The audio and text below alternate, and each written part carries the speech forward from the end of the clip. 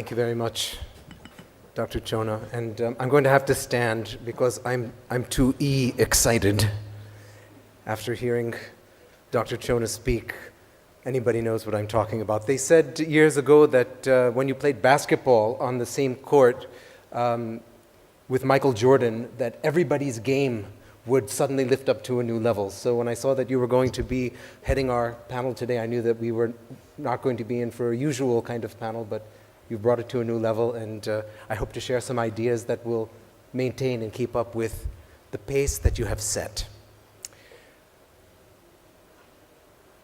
So each one of us is here today with one thing in mind, and that is we want the children who we interact with to be happy.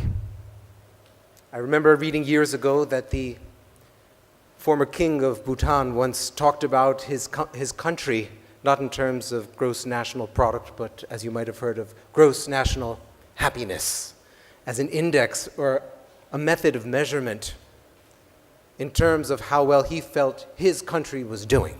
I had the great fortune to visit the country twice and was blown away by the happiness levels of the average person that was there.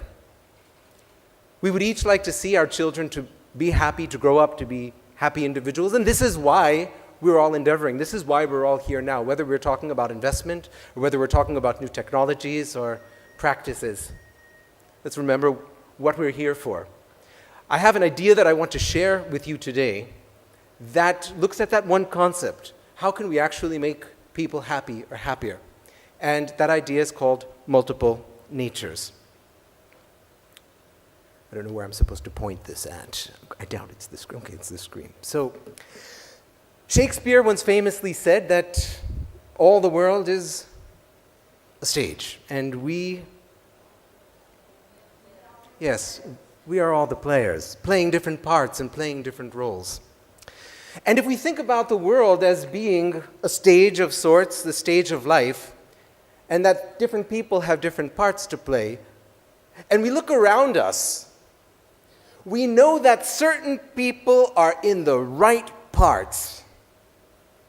We can see it. There are certain doctors that we visit and they have that nurturing nature. There are teachers who've taught us, who love to teach us. There are certain businessmen who have amazing acumen who can help us improve our businesses or raise funds and so on and so forth. I call that phenomenon RPRP. Very simple. The right person in the right part. Or you could say right place or right part. I'm using the theater analogy, so I'll stick with the part. Right person, right part. At the same time, we've also witnessed waiters who look very, very unhappy to be there serving us the food that they're serving us.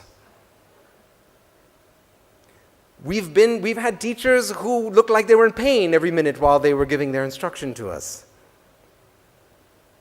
And so on. I call these people not RPRP, but WPWP. Or the wrong person in the wrong part. Very simple points and simple principles. If I just bring it back to one basic concept, there are lots of concepts that we can talk about, that we can discuss. But if there were one idea that I find as an educator, the last 20 years that I'm working here in India and 5 years abroad before that, is how do we get the right people in the right parts? In the morning, Ryan talked about people as one of his P's, and what he mentioned, I think Peter Drucker said that, get the right person on the bus. It's the same concept. If we go back to India's traditions, very interesting. How was education? Education was living with the guru intimately, so the guru came to know the qualities of the children very perfectly, and then would guide them. The guru would decide where the child would study and would not take any fees. It was only after the completion of education was done that dakshina was given. Nowadays, people take 100% of the fees up front. There is only 100% guaranteed placement assistance in small letters. I know one girl at one engineering college who told me that all the students got placed, but some of them had to get placed in places like Domino's Pizza. I'm sure when that boy was doing Fit-G or he was studying for his exams, he wasn't expecting to be delivering pizzas. And I have nothing against pizza delivery people. I count on them when I need my hot and fresh pizza in 30 minutes. But certainly not RPRP. So if we come back to that original concept, I'll keep it short because I know that we only had, there's a lot of speakers here, and I want everybody to get their turn. I don't want to take up all the time. But you can see this online if you visit my site, multiplenatures.com, and it looks at two basic concepts of understanding people's natures so we can get them RPRP. If we look at Howard Gardner's model on the left, some of you might be familiar with multiple intelligences. Any hands out there? Okay. So it's a framework to understand the qualities such as bodily intelligence or interpersonal, linguistic, logical, visual, musical, intrapersonal, and naturalistic. So understanding those qualities of the individual.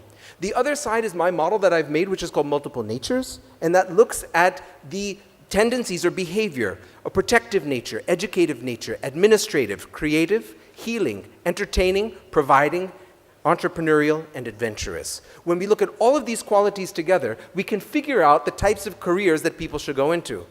Somebody who is interpersonal and intrapersonal plus healing might become a very good psychologist or psychiatrist. Somebody who is naturalistic plus protective might become a good environmentalist. Somebody who is a bit linguistic and maybe administrative and providing might be a good politician. Providing to others, of course, public servant, yes. So looking at this model, there's a way for us to actually understand what the child's nature is, where they need to go so they could become RPRP and be happy in their lives. It's what education should be about. My last slide. I've made something called the MN test, which you can check out at multiplenatures.com. It's a test that will look at the natures of the child in about 30 minutes. Teachers as well can do it. Professionals as well can do it. And after looking at their natures, this is like a personality print, it will match you with the careers that are ideal for your nature and walks you all the way through. We'll tell you which courses of study you can take, which colleges you can also go to. And we're doing this, we've done it with over 150,000 people so far. The Times of India is working together with us to promote this, as well as resource centers and counselors throughout the country, 300 schools that we've worked with. So please do check it out. There's the information. It's www.multiplenatures.com. And later, I'd love to meet with you and talk to you and share this concept, which I'm really thrilled about, and hope to see that you and all the students that you serve become RPRP and become happier in their lives. Thank you.